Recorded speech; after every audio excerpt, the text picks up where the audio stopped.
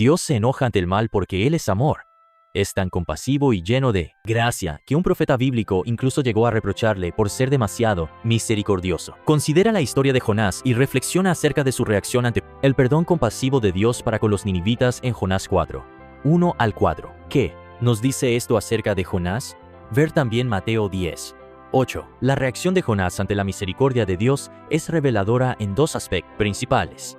En primer lugar, muestra la dureza de corazón de Jonás. Odiaba tanto a los asirios por lo que habían hecho a Israel que no quería que Dios les mostrara misericordia. ¿Qué lección para nosotros?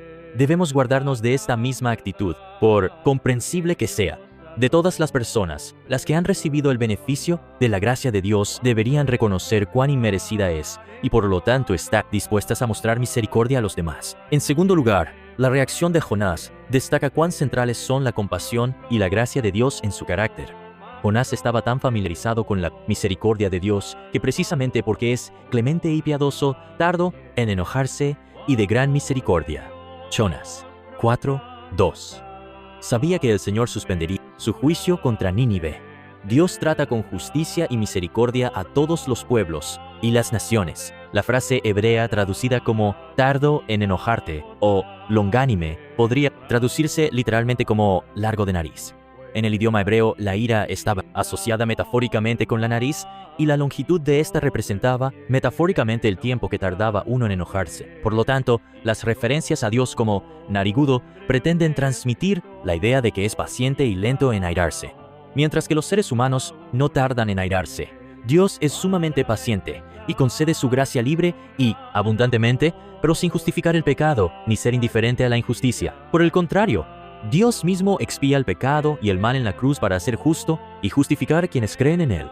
Romanos 3, 25-26. ¿Dejaste alguna vez de mostrar misericordia a alguien que te ofendió? ¿Cómo puedes recordar mejor lo que Dios ha hecho por ti, para que así seas más misericordioso con los demás en respuesta a la abundante gracia que Dios te ha mostrado? Por otra parte, ¿cómo podemos hacer esto? Mostrar misericordia y gracia, pero sin dar licencia al pecado o permitir el abuso o la opresión.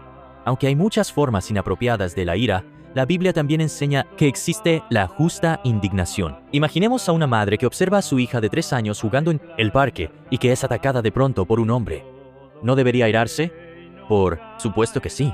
La ira es la respuesta apropiada del amor en tal circunstancia. Este ejemplo nos ayuda a entender la justa indignación de Dios. Lee Mateo 21, 12 y 13 y Juan 2, 14 y 15. ¿Qué nos dice la reacción de Jesús ante la forma indebida en que era utilizado el templo acerca del enojo divino en respuesta al mal? En estos casos, Jesús muestra el celo piadoso de la justa indignación contra quienes trataban el templo de Dios como algo vulgar y lo habían convertido en una cueva de ladrones para aprovecharse de las viudas, los huérfanos y los pobres. Mateo 21, 13. Compara con Juan 2, 16. El templo y los servicios religiosos celebrados en él, que se suponía debían tipificar el perdón misericordioso de Dios y su obra para limpiar a los pecadores de sus pecados, estaban siendo utilizados para engañar y oprimir a algunos de los más vulnerables. Era lógico que Jesús se airara a causa de esa abominación. Marcos 10, 13 y 14 y Marcos 3, 4 y 5 ofrecen más ejemplos de su justa indignación. Cuando la gente traía niños pequeños a él y los discípulos reprendían a quienes los traían, Jesús se enojó. Literalmente, se indignó. Les dijo, «Dejad y a los niños venir a mí». Marcos 10, 13, 14. En otra ocasión, cuando los fariseos esperaban que Jesús sanara a alguien para acusarlo de quebrantar el sábado, el Señor les preguntó, ¿es lícito en los sábados hacer bien o hacer mal, salvar la vida o quitarla? Marcos 3, 4. Los miró con enojo y tristeza al ver la dureza de sus corazones y procedió a curar al hombre. Marcos 3, 5 RBC. La ira de Cristo se asocia aquí con el dolor por la dureza de ellos.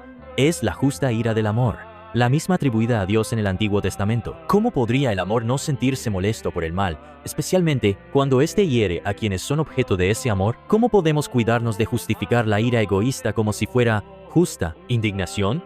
¿Por qué es tan fácil cometer ese error? ¿Y cómo podemos protegernos de esa trampa sutil pero real?